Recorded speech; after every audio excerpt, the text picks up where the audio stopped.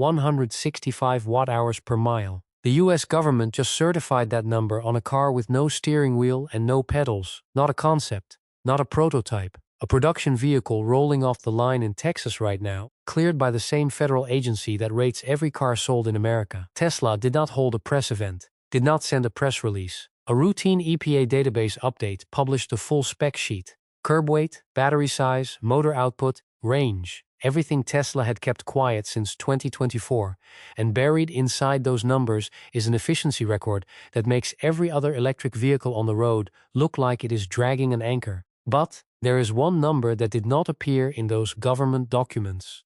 A crash statistic sitting in a separate federal filing, and it is the only thing standing between the Cybercab and a $30,000 car that earns $200 a day while you sleep. Stay through the end. That number changes everything about this story. A government database. Updated every 2 weeks, no press release, no announcement, no Elon post on X. That is where the story started. In late May 2026, the US Environmental Protection Agency published a routine batch of vehicle compliance filings. Buried inside was a document most people would never read. A certificate of conformity for a 2026 model year vehicle. The manufacturer, Tesla. The vehicle, Cybercab. And in that document, Tesla accidentally told the world everything it had been holding back since the 2024 reveal. Car and Driver found it first, then Electrek, then Inside EVs, then Teslarati.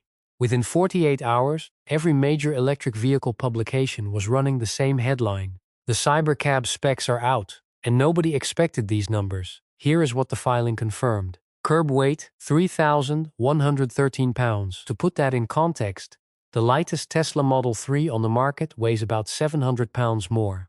A Chevy Bolt, which most people think of as a small, lightweight electric vehicle, comes in at nearly 3,800 pounds. The Cybercab is lighter than a Honda Civic, a gas-powered compact car from 1998, an electric vehicle. Lighter than a Civic, battery capacity, approximately 48 kilowatt-hours. That is smaller than almost every electric vehicle currently sold in the United States.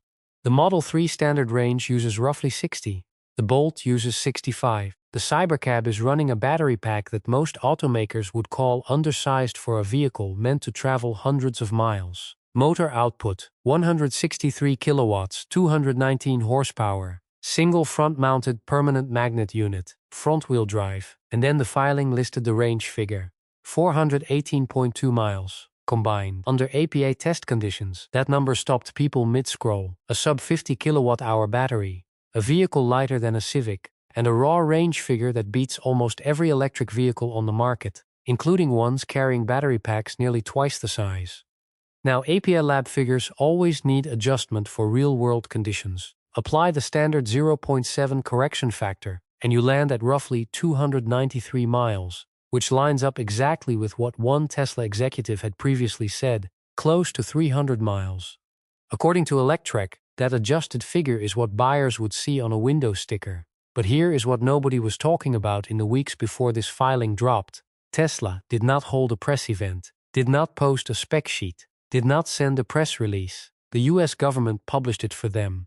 The EPA Certificate of Conformity lists an official introduction into commerce date of May 29, 2026. That date had already passed when the filing went live, which means the Cybercab was not approaching production. It was already in it. And the number that explains how a 48 kilowatt-hour battery travels 293 miles, that is where this stops being a regulatory story and starts being something else entirely. 165 watt-hours per mile. That is the number. Write it down. The EPA certified the Cybercab at 165 watt-hours per mile, making it the most energy-efficient electric vehicle ever to receive an official rating. Not the most efficient Tesla. Not the most efficient American electric vehicle. The most efficient production electric vehicle ever on the planet.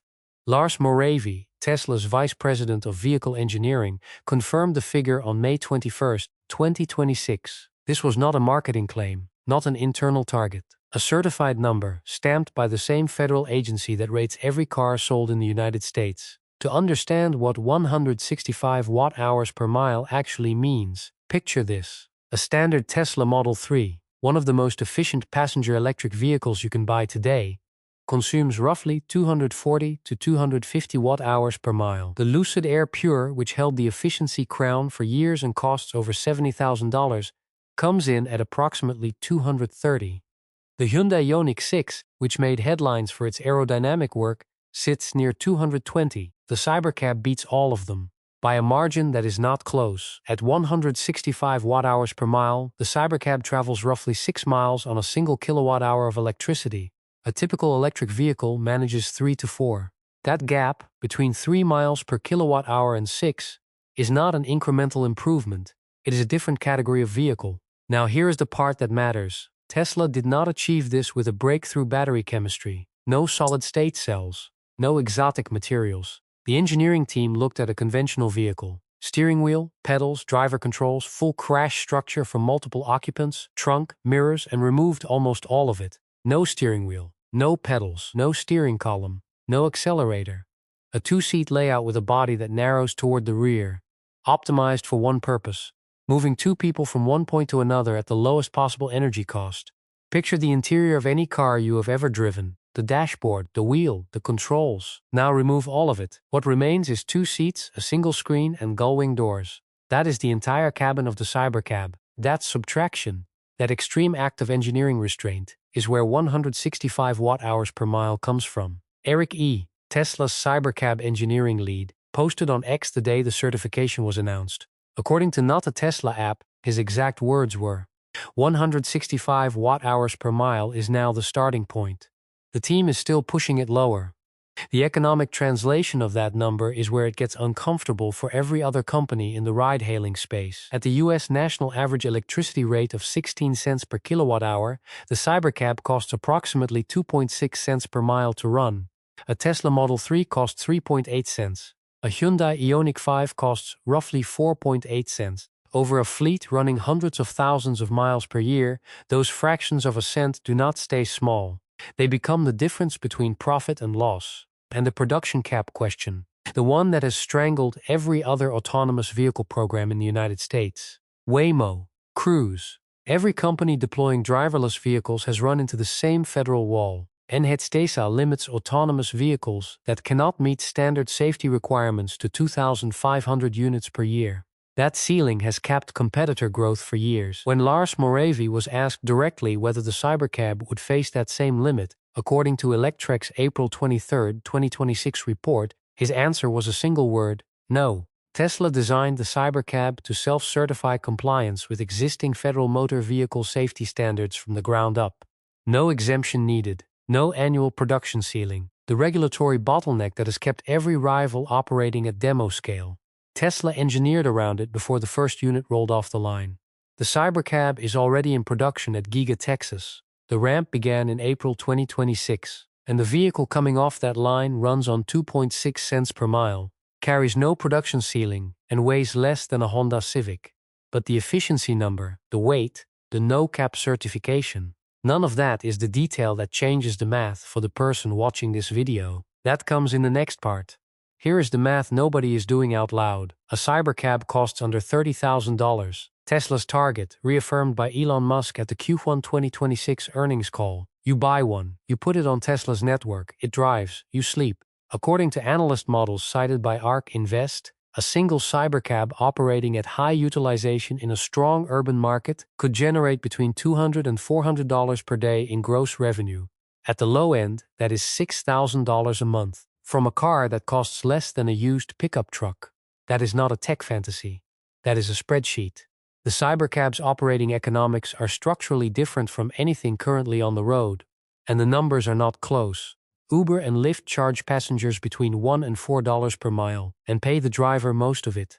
ARK projects that at scale, the Cybercab could deliver rides at 20 cents per mile. For context, the average cost of a bus ride in America is roughly $1 per mile. The Cybercab at scale is 5 times cheaper. That math does not just affect investors. There are approximately 1.5 million rideshare drivers active in the United States. Taxi drivers, Uber drivers, Lyft drivers. People whose entire income depends on the gap between what a passenger pays and what the platform takes. The Cybercab eliminates the driver entirely. The platform fee goes to Tesla and the vehicle owner. The driver's cut goes to zero. That disruption does not happen next quarter. Tesla is targeting volume production ramp toward the end of 2026, and mass commercial deployment is a timeline that depends on regulatory approval in each state. This is a plan, not a certainty. But the production line is already running, and the Cybercab parked outside Giga Texas right now. Hundreds of units spotted by factory observers in June 2026. Those vehicles are waiting for one thing. Here is the number Tesla did not put in those APA documents. Tesla's supervised Robotaxi fleet, as of data reported by Electrek in April 2026, records approximately 1 crash per 57,000 miles driven. The human driver benchmark, based on federal safety data, is 1 crash per 229,000 miles. Tesla's current autonomous system crashes at roughly 4 times the rate of a human driver. That is not a knock on the Cybercab's hardware. The 165 watt-hours per mile is real. The 3,113-pound curb weight is real. The no production cap certification is real.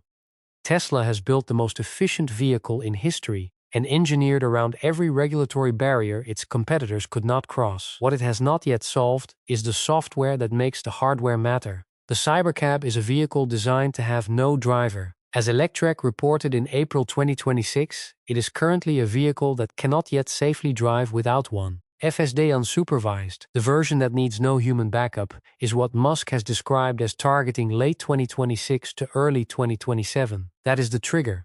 Without it, the $200 a day passive income model is a projection sitting in a parking lot in Austin, Texas. This is not the story of a company that failed to build the car. Tesla built the car. The EPA certified it. The factory is running. The efficiency number is the best in history. The only question left, the one that determines whether everything above is a revolution or a very impressive prototype, is whether the software catches up to the vehicle that is already waiting for it. Here is what the EPA documents actually confirmed. A car with no steering wheel, no pedals, 3,113 pounds, lighter than a Civic, a 48 kilowatt-hour battery that travels nearly 300 miles, certified at 165 watt-hours per mile. The most efficient production vehicle in history. No federal production ceiling, already rolling off the line in Texas. Tesla did not announce any of this. A government filing did. The hardware problem is solved. The efficiency record is set. The regulatory path is cleared in a way no competitor has managed. What happens next depends entirely on one variable: software that can drive this car without a human watching over it. According to Musk, Tesla is targeting that capability for late 2026 into early 2027.